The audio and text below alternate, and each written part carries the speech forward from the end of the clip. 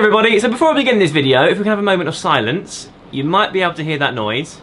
That is the rain. My office is in the attic of my house, and it's raining quite heavily. It's been raining all day and there's not much I can do about it, and actually, I think the sound of rain is quite therapeutic, so I hope you do too. Anyway, I went onto Instagram stories and asked you guys to ask me some questions. Here's the video I made, let me find it, 1 second, here we go. Hi there everyone, I was in the shower just now thinking, and I've decided that I'm going to film an Instagram story Q&A tomorrow. So ask any burning questions you may have by responding to this here Instagram story, and I shall answer as many as I can in the video. There we go, that Jim Chapman, hey? What a hunk, I so would. Anyway, let's go and answer some of your questions, shall we?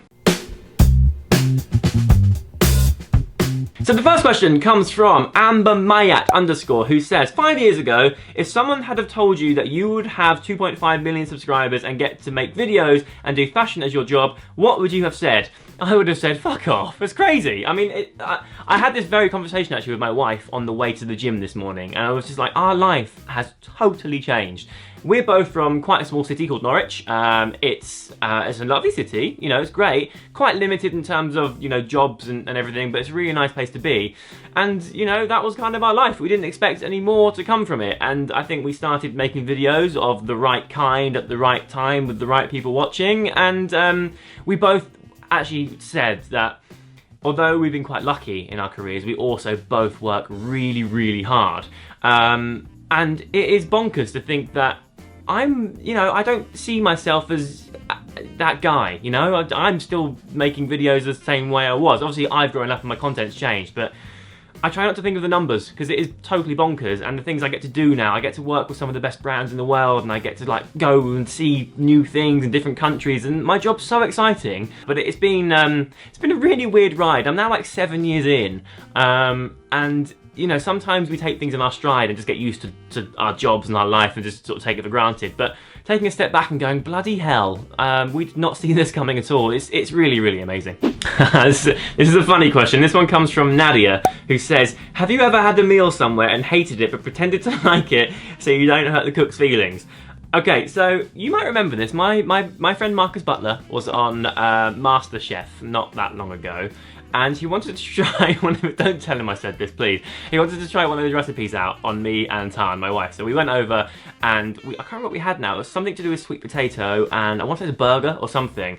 It was good. I mean, it wasn't MasterChef quality. It was fine. It was edible, and I didn't have the heart to say that, you know, it wasn't as good as it could have been. So I was like, it's delicious, thanks so much. It wasn't a bad meal, but I just feel like it wasn't, you know, MasterChef standard. So I may have not told him, I may have not given him constructive feedback when possibly I should have done. Whoops. I know you're all going to tweet him now and like dob me in. Please don't. Like, have my back here. He won't watch this video, so just don't tell him. Be our little secret.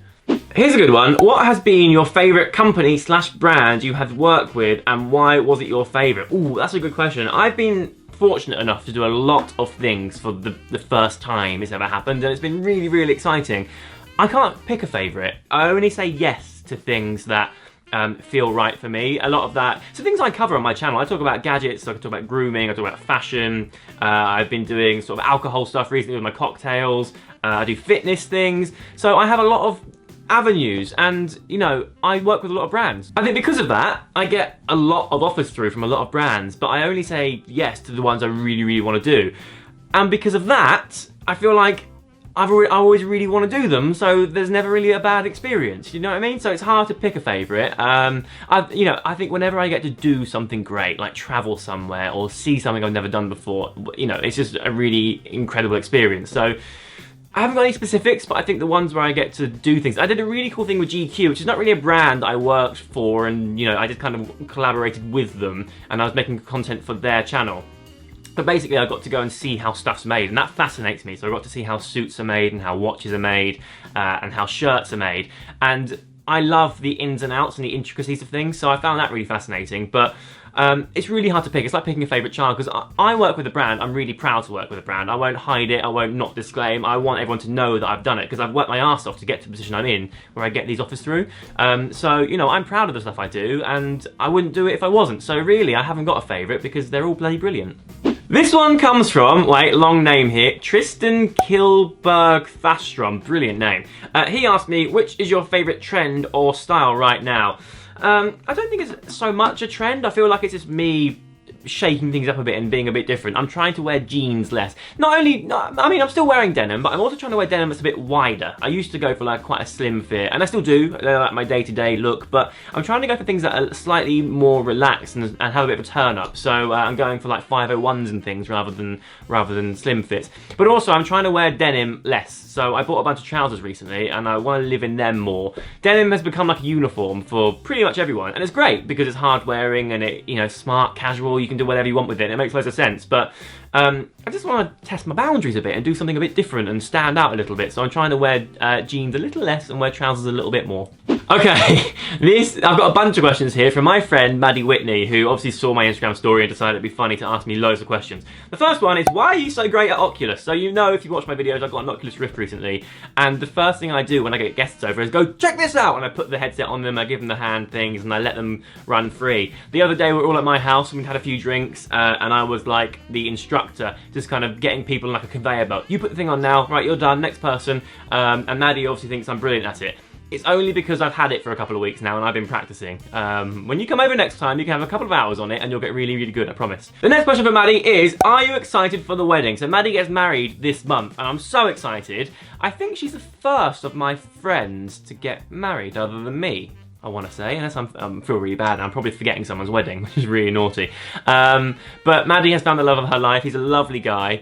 And yeah, I'm so excited. It'll be great. So she came to my wedding, obviously. She's one of my best friends. And it was such a lovely experience. And I can't wait to be the other side of that. So very excited, Maddie. More from Maddie. She asked, do you think Martha should have been invited? Yes, although no, because you know what she's like. She's a bit of a, she wants the attention to always be on her. And before you know it, you have to get a spare veil and have her walk down the aisle with you. And it'll take the moment away from you. She's a bit entitled, my dog. And a final question for Maddie. Who is Martha's favourite friend of all friends? Clue, me. Do you know what? I hate to break it to you, Mads, but it's not. I think it might be Emma. So my dog Martha, she's really well behaved for the most part. She's a bit naughty sometimes.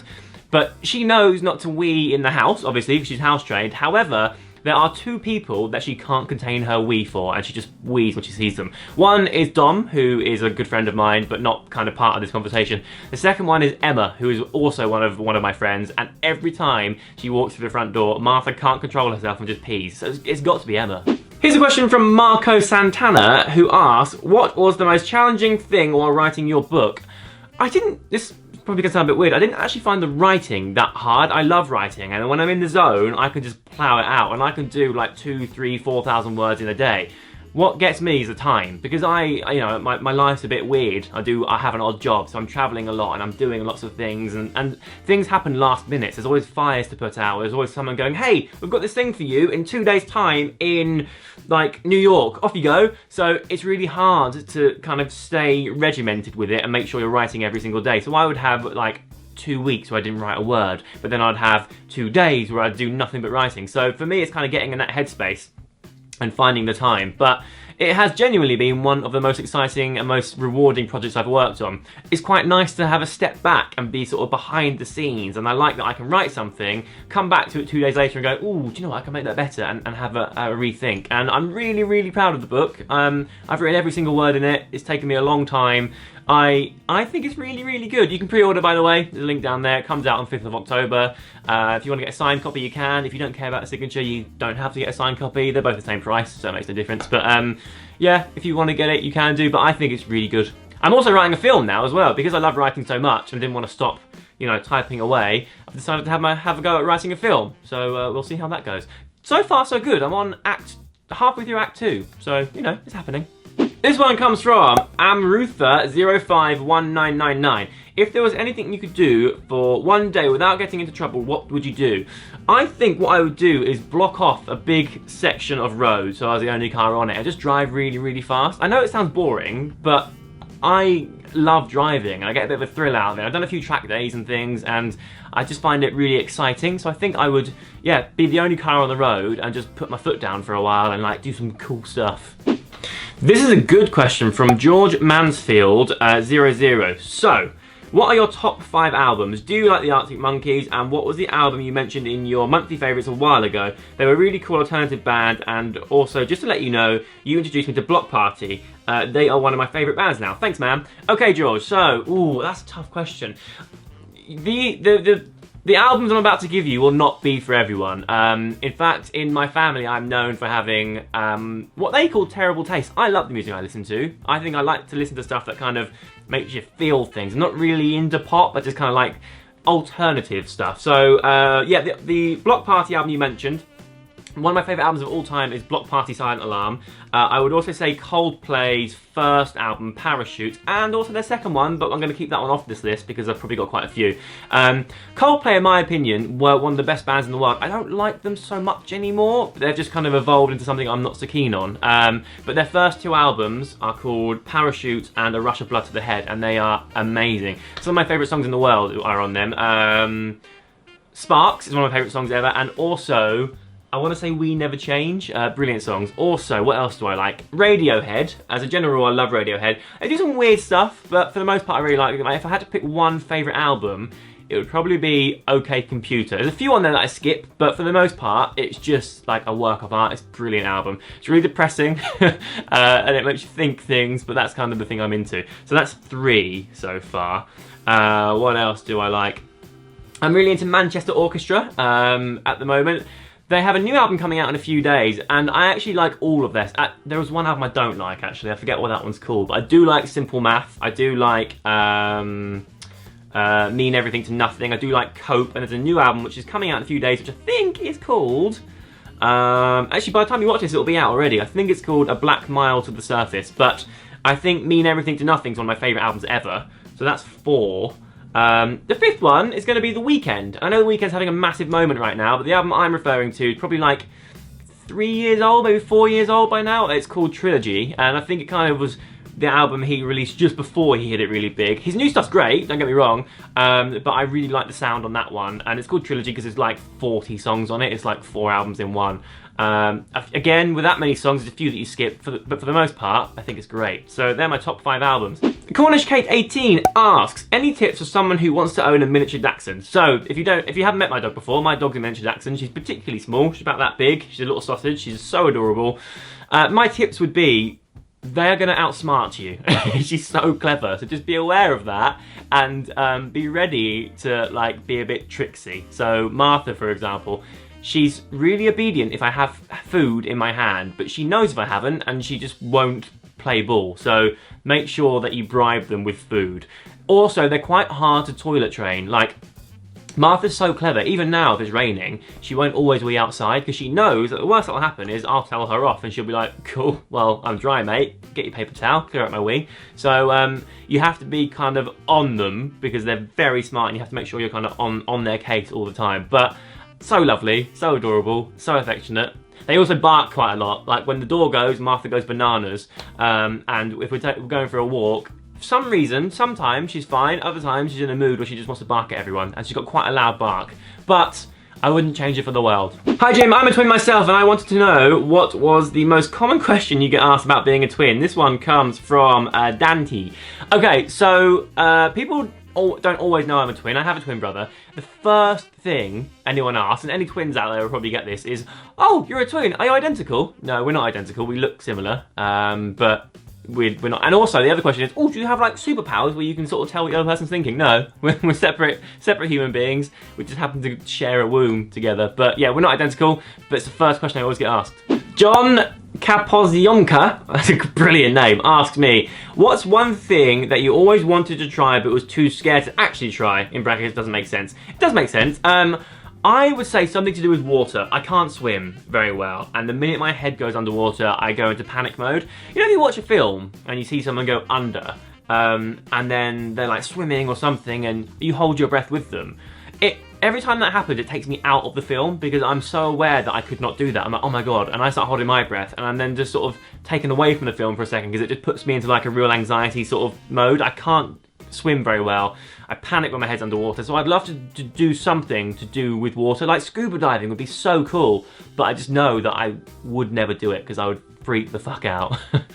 Okay, so that's the end of this Q&A. Thanks very much for hanging out with me. I hope you enjoyed it and maybe learned something. You're the best, and I'll see you very, very soon. Goodbye.